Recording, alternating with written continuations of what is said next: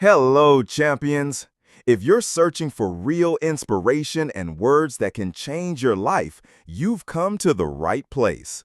But before we begin, hit the like button and subscribe to the channel because your support is the fuel that keeps us going. General James Doolittle, the man who took flight beyond limits. Even with his shattered knees, he outran airplanes and came out on top. On the day the Japanese bombed Pearl Harbor, Jimmy Doolittle was just a major in the U.S. Air Force. He turned to his fellow officers and declared, "I will earn my place in this force, and I'll bomb Tokyo so hard they'll never forget it." And just 4 months and 11 days later, he made good on that promise. For the first time in 600 years, bombs fell on Tokyo. The city was thrown into chaos. One airstrike, led by Doolittle, destroyed a warship, leveled an aircraft factory, and set massive oil reserves ablaze.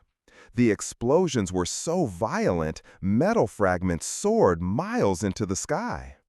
The raid was such a psychological blow that Tokyo's defense commander took his own life. Doolittle was later promoted to brigadier general and made commander of U.S. Air Forces in North Africa. When Allied forces landed on the shores of Sicily, it was his warplanes flying overhead, shielding their path. His fighters were the ones that eventually brought Italy to its knees. A few years ago, I had the honor of meeting Jimmy Doolittle in person, a living legend. But one story from his life truly stuck with me. Years earlier, in Chile, South America, pilots from across the world, North America, Europe, and beyond, were gathered at a grand hotel banquet.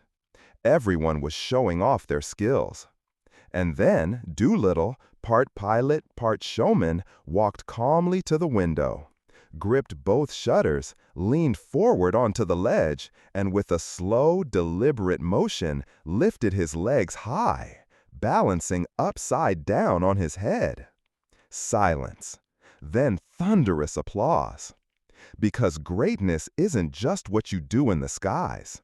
It's the courage, the fire, the madness you carry in your soul wherever you stand. He slowly grasped both panels of the old window and leaned outward toward the street, suspended mid-air like a coiled serpent.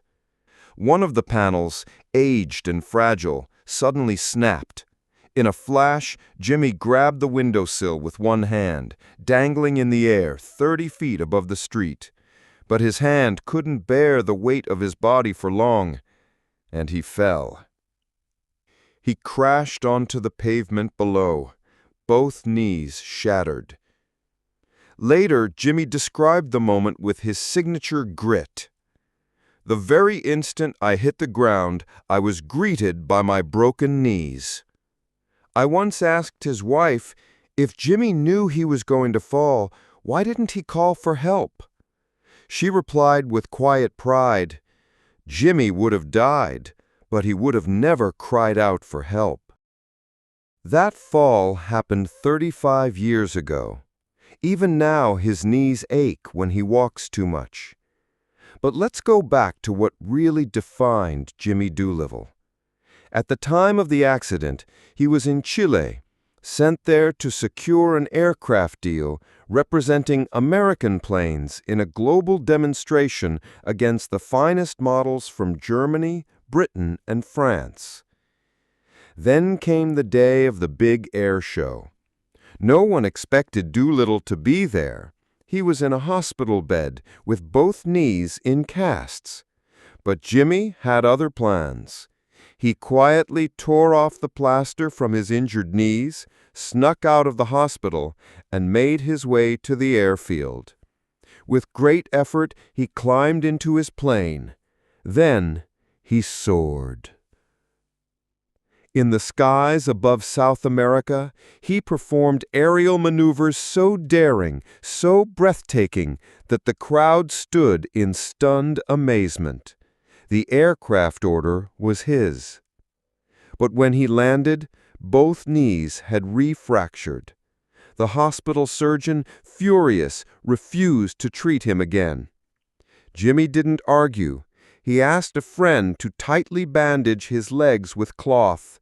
Then, in that same condition, he got back in his plane and flew 1,500 miles to Bolivia to sell more aircraft. When the Bolivian authorities suspected he was a spy and tried to arrest him, he once again escaped, flying back with nothing but willpower and 2 broken knees. That's Jimmy Doolittle, a man whose body broke, but spirit never did. He didn't wait for rescue. He became his own rescue. And that's the kind of courage that doesn't just fly, it soars above the clouds. Jimmy Doolittle, the fighter who never backed down. Jimmy Doolittle began his early education in Alaska, where he spent 8 years of his childhood. His father was among the many spirited men who had rushed to Sitka, chasing dreams of gold in the great northern wilderness. Even as a boy, Jimmy had a fierce spirit. He loved rough, physical games, especially fighting. But since he was the smallest kid in school, he had to prove his strength the hard way, by taking down boys twice his size. One Saturday night, he was caught on a street corner, in the middle of beating up 2 kids. A policeman showed up and dragged Jimmy to the station. Later, the officer called his mother. "Mrs. Doolittle, I'm sorry to say we've arrested your son Jimmy for fighting." It was late, but her response was calm and bold. "Thank you, Sergeant. I'll go get him on Monday." You see, Jimmy's mother was Irish. She knew her boy, and she knew this wasn't weakness. It was fire that needed direction. Years later, when Jimmy returned to California, he was crowned boxing champion of his high school. He dreamed of becoming a professional boxer, but his father still had gold on his mind and convinced Jimmy to study mining engineering. For 3 years, he attended the University of California, studying hard while still nurturing the fighter inside. Then came the day of the big boxing match, California versus their old rival, Ford University. Jimmy signed up to represent his school. When he stepped into the ring, people laughed. He stood only 5'6". His opponent? Over 6 feet tall, a towering, muscular force. To most in the crowd, this wasn't a contest, it was a joke. Even the rival boxer smirked. "I'll knock this little guy out in seconds," he must have thought. The bell rang. In the very first round, Jimmy ducked under a swing and landed a perfect right hook to the chin. The giant dropped. Knocked out. Crowd stunned. In just a few seconds, the underdog had ended the fight and won the match for California. Jimmy Doolittle wasn't the strongest. He wasn't the biggest. But he had something better, the heart to fight and the will to win. He didn't wait to grow taller. He didn't ask for easier opponents. He simply showed up and gave it everything he had. And that's the mindset of a true champion. James Doolittle had 2 sons. One served in the Air Force, and the other at West Point. From a young age, James began teaching them how to fight, not just with their fists, but with heart and discipline. His wife once shared how he would get down on his knees to spar with them, teaching them boxing techniques like a loving but determined coach. He once made a deal with his eldest son. "The day you beat me in boxing, I'll buy you a horse." That day never came. But in a friendly match, the boy once knocked out one of his father's teeth. Was James upset? Not at all. In fact, he was proud. The very next day, at an aviation conference, he proudly showed off his broken tooth, saying, "This is my son's work." Despite all his heroic feats, General Doolittle remained humble. When the legendary aviator Frank Hawks asked him to contribute a chapter to his book on aviation, Doolittle agreed, but instead of writing about himself, he chose to highlight someone else's accomplishments. He didn't even mention his own name. James Doolittle never made excuses, nor did he blame others for his mistakes. In 1922, when he was a second lieutenant, he crashed a DH-4 warplane into a pole during a nighttime takeoff in Florida. His fellow officers found him standing calmly by the wreck. When asked what happened, he didn't point fingers. He simply said, "I just didn't know how to fly it well enough." Doolittle's reports were always short, but honest and precise. In 1929, he was assigned a special plane for an air show. Without ever having flown it before, he decided to test it first. He took it up quickly and dove straight down at 300 miles per hour. Suddenly, one of the wings snapped off. James was thrown from the plane and began to descend with his parachute. As soon as he hit the ground, he grabbed another plane and performed his stunts as if nothing had happened. The military asked him for a detailed report on the accident. His entire report consisted of just one line. "The wing came off. I fell out." Lessons from General Doolittle. Own your mistakes. Stay humble even when you're a hero. Teach with love. Lead by example. Never let failure stop you from flying again. General James Doolittle wasn't just a war hero. He was a man of fearless humor and sharp intellect. At one aviation science conference, he was invited to speak to a room full of experts, scientists, and military officials.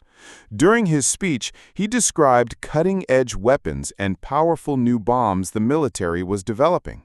Then, with a completely straight face, he held up a small box and declared, "This is the most dangerous bomb ever made. If I accidentally drop it, not just this building, but all of us will be gone in seconds." The room went silent. Every eye was fixed on that tiny box. And then, deliberately, Doolittle knocked the box off the podium. As it hit the floor, the lights in the hall instantly went out. Chaos erupted. Suddenly, blank gunshots were fired over the audience from behind the stage. Panic spread. People ran into each other. Cigarettes flew from one person's mouth to another. And then the lights came back on. The box? It was filled with nothing but water. The whole act, a brilliantly staged joke. That was Doolittle. Courageous, yes, but always with a spark of mischief and a lesson in every move. In 1918, James married his college sweetheart. He lovingly called her the Duchess of Doolittle. When someone once asked her if she had ever seen James worried or depressed, she smiled and replied, "I've never seen him anxious, not even once." His unshakable optimism matched his achievements. He earned his Master of Science from the Massachusetts Institute of Technology in 1924, and the very next year, the institute honored him with a doctorate. Years later, he was elected president of the Institute of Aeronautical Science, one of the highest honors in the aviation world. In 1942, the United States awarded him the Congressional Medal of Honor for a lifetime of extraordinary service. His daring missions and leadership in aviation became part of history. The legacy of Doolittle. A mind of science, a heart of courage, and the soul of a fearless leader. He didn't just lead from the front, he inspired with laughter, risk, and grace. In the skies and on the ground, James Doolittle proved that bravery isn't just about war. It's about daring to live fully, fearlessly, and with purpose.